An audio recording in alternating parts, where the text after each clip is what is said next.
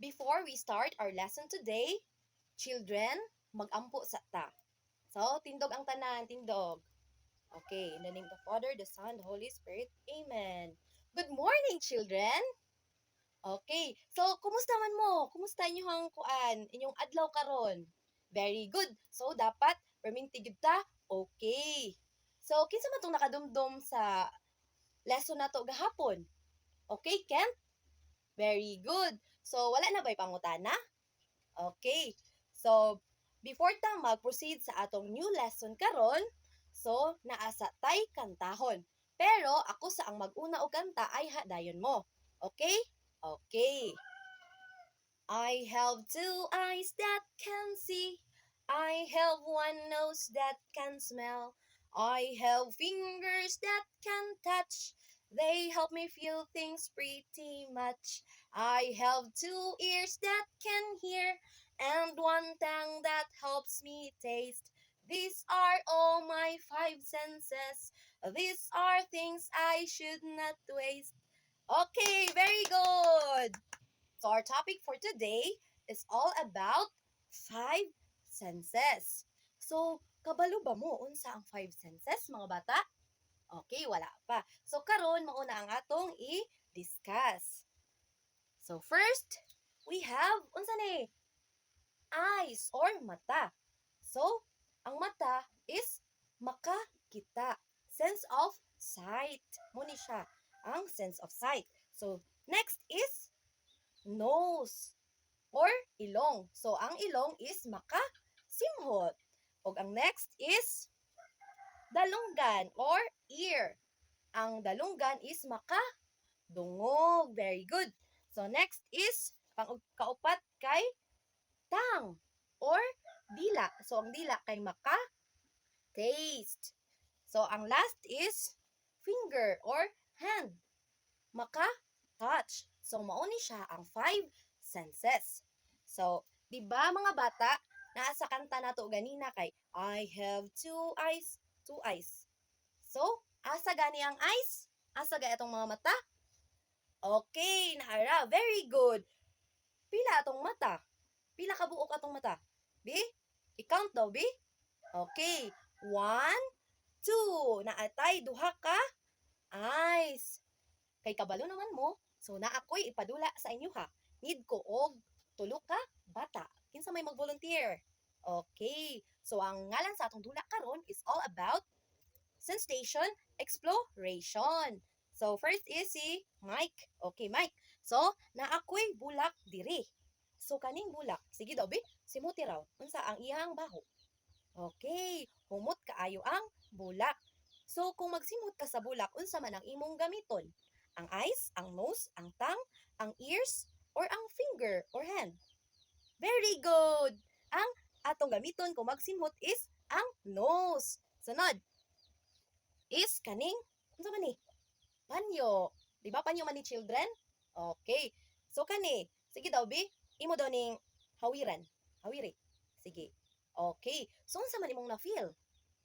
Gabi ka? Smooth kaayo ang panyo. Gabi ka smooth. So, kung imong hawiran ang panyo, unsa man ang gamiton? Very good. Ang atong finger or hand. Very good.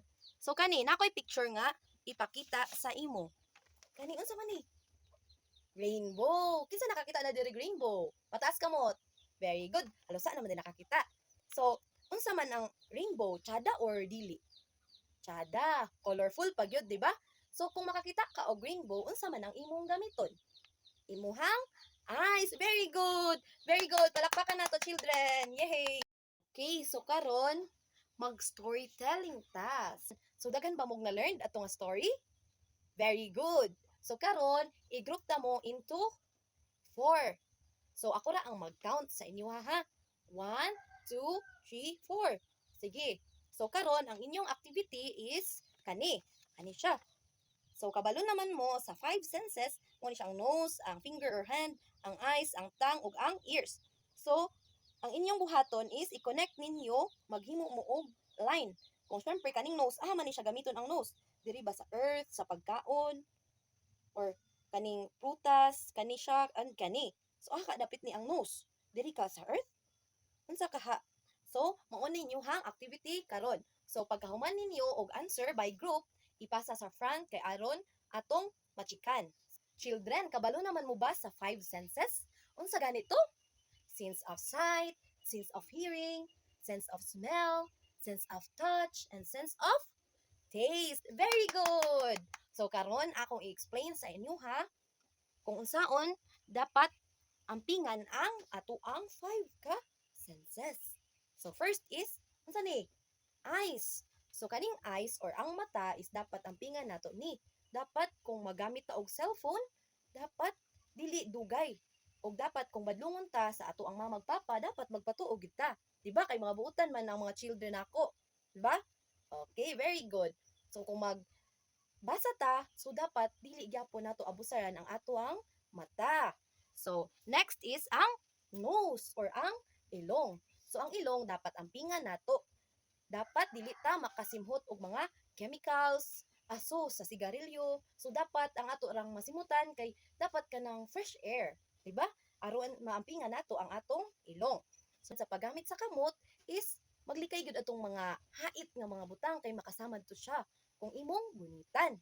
So, ang next is ang dila. So, unsaon kapag amping sa dila?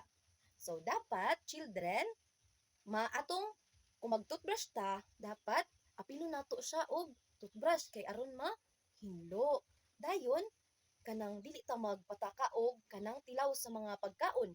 Kay usahay, na ay grabe ka, halang, gabi man ito kadagan og sili ato ang na tilawan nga pagkaon. Or kung mag-inom kag kape, grabe ka init, so mapaso ang imuhang dila. So, dapat ampingan ang dila. So, last is dalunggan. So, ang dalunggan dapat ampingan nato ha, kay aron kung ato ning gamiton ang dalunggan is mamati ta og tarong. So, kung maggamit ta og headset, so dapat dili kay kusog aron dili daot ang atong dalunggan. So, dapat ampingan gyud nato ang atong dalunggan og ato siyang hinluan permente. Okay, class? So, maura to ang ato ang lesson karon. So, daghan ba mong nasabtan? Okay, very good. Okay, children? So, mao lang na ang ato ang lesson karon. So, ugma na sad. Okay, dapat mag-eskwela, ha? Para daghan matun-an. Okay, very good. So, goodbye, children. Amping mo sa inyong pag-uli.